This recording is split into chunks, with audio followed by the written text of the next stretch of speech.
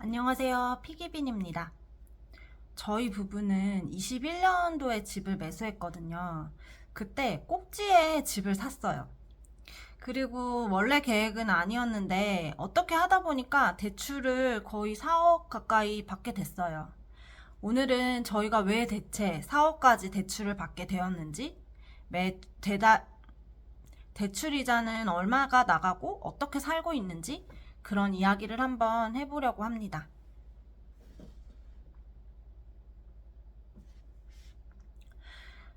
요즘 뉴스 기사를 보면 영끌 30대 곡소리 난다 뭐 이런 기사들 많잖아요. 그게 저희 집 이야기거든요. 저희 집 고정비 지출 영상에서도 이야기를 했지만 사실 대출금 내고 아이 교육비 쓰고 나니까 매달 나가는 돈이 정말 어마어마합니다. 물론 그러기 위해서 엄청 아끼면서 살고 있고요. 저희는 결혼하고 7년 후에 내 집 마련을 한 케이스인데요. 남편도 직장 위치가 계속 바뀌기도 했고, 그 사이에 뭐 출산하고 육아하고 막 이러던 상황이기도 해서 이래저래 상황에 맞춰서 이사를 하다 보니까 6년 동안 전셋집을 세 번을 옮긴 상황이었어요. 저희가 집을 매수한 21년은 부동산 분위기가 어땠냐면 정말 끝없이 집값이 오를 것만 같았던 그런 시장이었거든요. 거기다가 전세금도 엄청 올랐었어요. 저희가 사실 전세를 막 옮겨 다니던 중간에 18년도쯤에 한번 분양권을 매수하려고 했었던 적이 있었거든요. 그때 18년이니까 진짜 엄청난 상승장일 때였죠. 그래서 그때 분양권 매수를 하려고 해서 초기 계약금까지 지불을 했는데 매도하시는 분이 자기는 배액 배상을 하고 그냥 안 팔겠다라고 마음을 바꾸셨어요. 계약을 하고 나서도 계속해서 하루하루 막 호가가 오르고 있는 상황이었거든요. 그래서 아무튼 그분이 마음을 바꿔가지고 못 산 적도 있었는데요.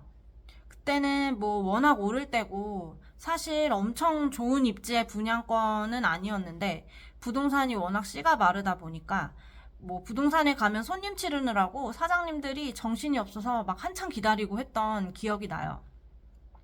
아무튼 그렇게 분양권은 사지 못하고 한 번 더 전세를 들어가서 살고 있었는데 전세금이 엄청 올라서 저희가 사려던 분양권 동네보다 그때 살고 있던 동네가 훨씬 이렇게 별로 안 좋은 동네였거든요.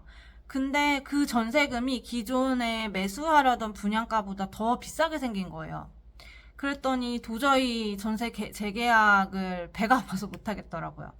게다가 첫째 아이가 곧 유치원을 가야 될 때도이기도 했고, 그리고 또 제가 교육에 관심이 많다 보니까 당시에 살던 지역은 학군이 특히 많이 안 좋았었어요. 그래서 아이 교육도 좀 맘 편히 할 만한 곳에 자리를 잡자라고 해가지고 내 집 마련을 하기로 마음을 먹었었죠.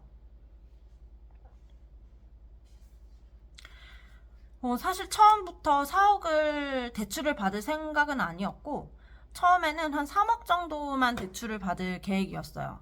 사실 그때까지만 해도 LTV 40%였고, 집값이 진짜 비쌀 때고, 그리고 또 계속 오를 거라고 생각을 해가지고, 사람들이 진짜 대출을 꽉꽉 채워서 받을 시기였거든요. 저희는 우선 전세금에서 한 3억 정도만 추가를 해가지고 예산을 잡고 집을 알아봤어요. 그래서 지금 집을 고르게 됐고 매수도 하게 됐는데요. 그런데 왜 대체 3억이 아니라 4억을 대출을 받았냐? 이게 이유를 들어보면 저희가 그때 얼마나 부동산 불인이었나 싶긴 한데요. 사실 저는 그 전까지만 해도 부동산에 관심이 많아서 이것저것 공부도 많이 하고 뭐 실제로 부동산도 많이 다니고 했었는데 이게 진짜로 집을 사봐야 모든 걸 알 수 있겠구나 싶더라고요. 먼저 대출을 1억 더 받게 된 이유 첫 번째, 취득세를 고려를 안 했어요. 웃기죠?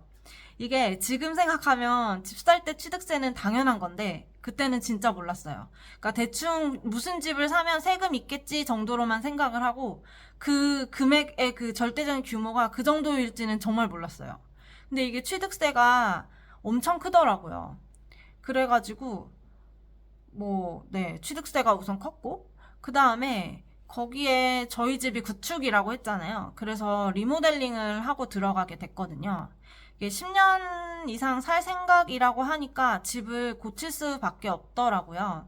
이렇게 돈이 없어서 확장 같은 것도 하고 싶었는데 우선 모두 포기를 하고 최대한 정말 기본으로만 한다고 했어요. 뭐 바닥, 도배, 그리고 뭐 주방, 화장실 뭐 이렇게요. 그래서 나름대로는 최대한 기본으로만 했거든요. 뭐 이렇게 예쁘게 하는 인테리어 뭐 이런 거 다 포기했어요. 근데도 많이 들어가더라고요. 거기다가 또 구축 아파트라서 드는 비용들이 있었어요. 그러니까 예를 들면 난방을 디지털로 바꾼 비용이 좀 컸어요. 이게 처음에 집을 샀을 때는 그 난방 그 온도 맞추는 기계가 아날로그였어요. 이렇게 동그란 단추가 있어가지고 여기 약중강 써 있어가지고 이렇게 돌려가지고 해야 되는 그걸로 하면은 근데 난방비가 더 든다고 하더라고요.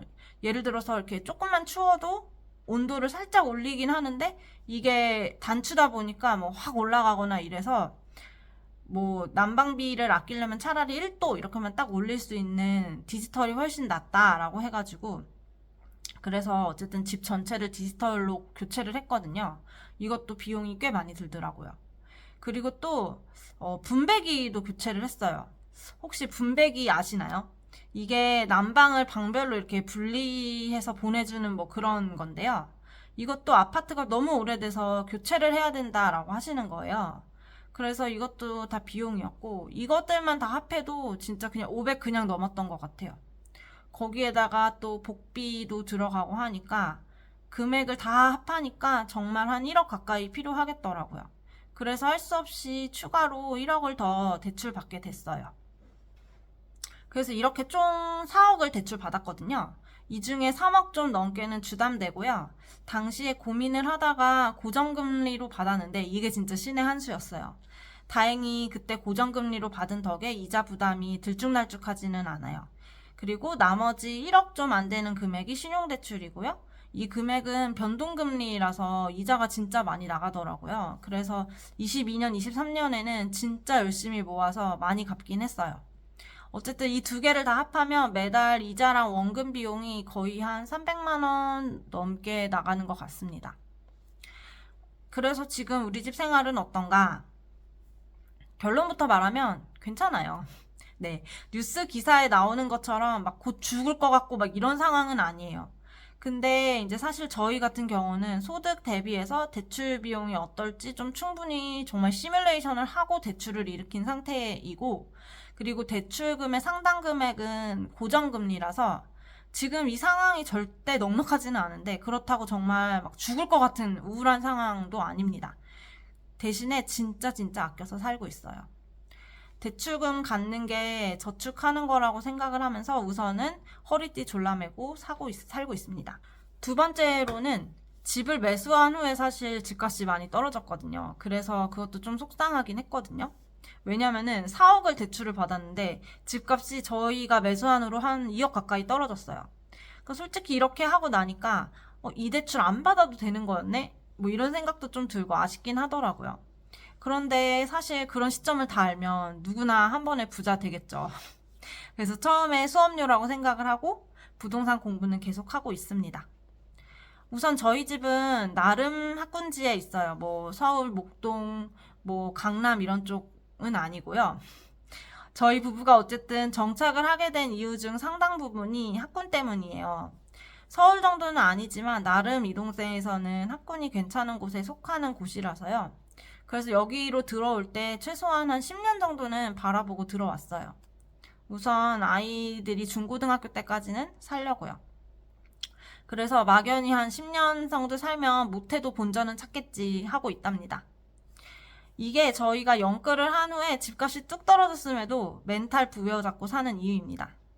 그래도 내 집이라서 불안함이 없고 아이들 교육에도 마음의 안정을 찾고 하니까 살만한 것 같아요.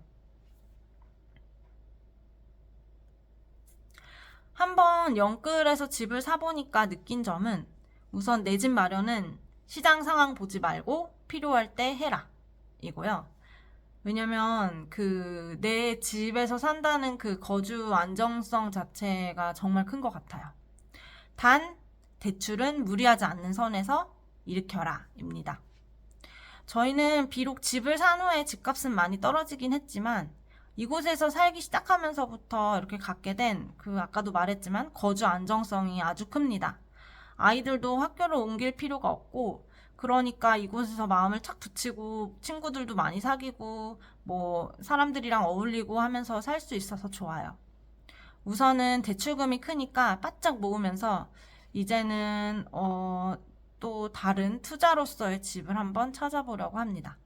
목표는 네, 내년에는 꼭 투자로 집을 한 채 더 갖는 건데요. 과연 될지는 모르겠지만 어쨌든 목표는 목표니까 한번 마음을 다져봅니다. 오늘도 제 이야기를 들어주셔서 감사하고요. 영상이 도움이 되셨다면 구독, 좋아요 부탁드릴게요. 감사합니다.